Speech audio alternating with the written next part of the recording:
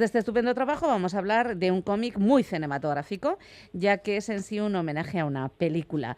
El valenciano Pablo Auladell, Premio Nacional de Cómic 2016, con su soberbio trabajo El Paraíso Perdido, regresa ahora con Potemkin, en la que el propio autor dice que se trata de hacer un homenaje y festejar el aniversario de una obra de arte extraordinaria. No puedo estar más de acuerdo contigo, Pablo. Yo también, efectivamente. Pablo Egunon, buenos días.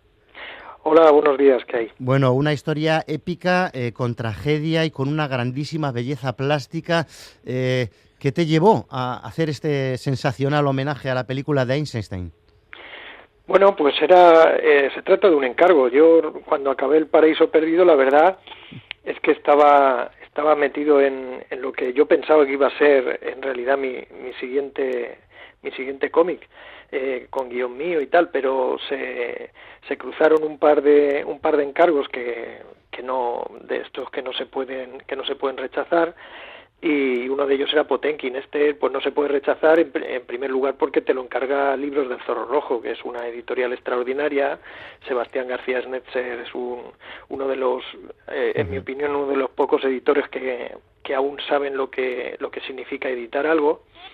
Y bueno, ellos querían hacer un homenaje ahora en febrero se cumplió, creo, el 120 aniversario de Eisenstein. Sí. Uh-huh. También en octubre del año pasado se cumplían los 100 años de la Revolución. En fin, ellos tenían este proyecto que era hacer como, sobre todo, un guiño a los lectores que además son aficionados al cine y tal, y querían que ese lector de cómic que también es aficionado al cine pues tuviera este regalo de lleno de guiños a esta película mítica, ¿no? Uh-huh. Y entonces pues eso, claro, eso implicaba que el encargo tenía unas condiciones muy concretas de actuación, ¿no? O sea, esto, yo hablo de homenaje, de juego, porque no es realmente no es una adaptación como, ni mucho menos como El Paraíso Perdido, en el sentido de una lectura de autor. El Zorro Rojo no quería que yo hiciera mi interpretación de la película, ni mi visión, ni ninguna sesuda reflexión sobre, ¿sabes? Ellos querían simplemente pues el homenaje, querían además que la película figurara, por ejemplo, todo el texto de la película, el libreto completo. Uh-huh. Por supuesto que se vieran con mucha claridad las imágenes más representativas, las que todos tenemos en la memoria, ¿no? La de el niño en la escalera, coche, ¿no? Ese cochecito.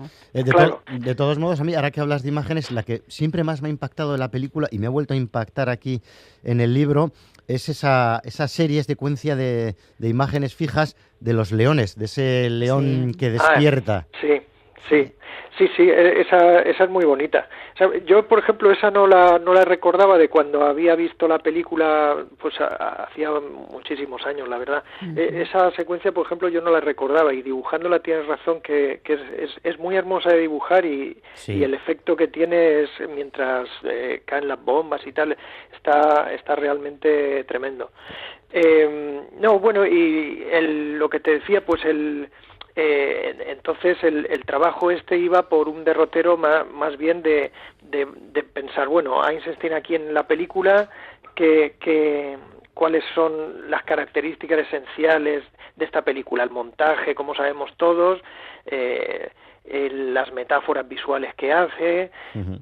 Entonces, pues yo con esos mimbres intenté trasladarlo al cómic. Pues fue como si el puzzle de la película lo deshacemos, ¿no? Y te dicen, bueno, pues ahora vuelve esto a montarlo, pero en forma de cómic. Sí. Y entonces, y de paso, en el mismo montaje ya estás haciendo ese homenaje, ese juego con Eisenstein.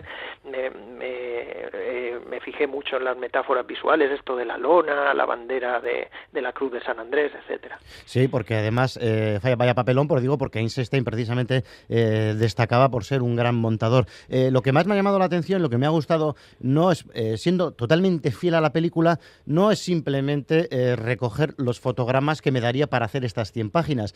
Hay que seleccionar muy bien, entiendo que habrás visto un montón de veces la película, porque hay que darle ese ritmo que tiene en todo momento este cómic para que te pongas y de una tacada te lo veas y te lo leas disfrutando muchísimo y recordando perfectamente la película. Claro, claro, no, pero es que, claro, si no sería, Zorro Rojo no me hubiera llamado a mí para hacerlo.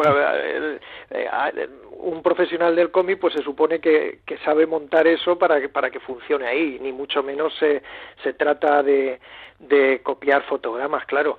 Primero hay que seleccionar los que te vienen bien para las dinámicas que lleva el cómic, y luego incluso esos momentos que son más clavados, digamos, porque la editorial los quería así, que pueden parecer que realmente, claro, el fotograma tenemos que pensar que es una imagen que está pensada para que vengan detrás otras y aquello se mueva. O sea, tú te pones el fotograma ahí en la pantalla del ordenador y no se trata de copiarlo, sino de reelaborarlo un poco para que funcione en la página que estás haciendo, porque hay muchos problemas de composición. En el fotograma a lo mejor hay 800 marineros, que claro, en el fotograma siguiente se mueven hacia la izquierda y ya se ve quién habla, pero eso en la viñeta no va a moverse nadie. Entonces a lo mejor en vez de 800 marineros, pues te viene mejor dibujar 300. Y que se vea claramente, las imágenes tienen que tener su legibilidad, que se vea claramente quién es el personaje que está hablando, tal, etcétera. En fin, ahora estoy recordando también otro de las cosas que nos dio un poco de dolor de cabeza, es un primer planteamiento que yo hice, que les dije, bueno, los textos, para darle así más empaque de cómic, ¿no? Sí. Digo, los textos, jugamos con que la película es muda y el cómic en realidad también es mudo, porque es una convención que nosotros estamos oyendo ahí voces y ruidos, y los textos los meto en los bocadillos y hago que los personajes pues tengan el bocadillo de texto de lo que están hablando, ¿no? El editor me dice, yo preferiría que salieran en las cartelas como cuando estás viendo la película, sí, que sale el pantallazo en negro con el texto, ¿no? Yo digo, sí, pero Sebastián, pero es que así no sé, va a quedar un poco como de estampitas con texto. Yo quiero darle un poco más de aspecto de cómic. Bueno, pues ¿sabéis qué sucedió? Estas cosas que uno no prevé hasta que realmente las hace. Me puse a hacer un storyboard con los personajes, con el globito de texto y tal, y el efecto de la película quedaba destruido. O sea, aquello pues era demasiado sonoro, y la película de Eisenstein, aunque ese montaje que hizo él le da ese barniz de modernidad, ¿no? Pero realmente la película aún tiene cierta teatralidad del cine mudo, sí, etcétera, cierta mímica, ¿no? Para un trabajo de ilustración o de cómic, cada obra que haces, una de las cosas por lo menos a las que yo más atiendo es a la mímica, a la gestualización. Cada obra tiene una gestualización distinta. Por ejemplo, El Paraíso Perdido tenía una gestualización, una mímica muy solemne, muy plumbia, porque eran dioses moviéndose y hablando, ¿no? Entonces sí, esa gestualización casi de estatua, ¿no? Y el Potemkin es mucho más dinámica, y aparte el cómic también tenía que tener esa mímica, ese saborcito aún como de cine mudo.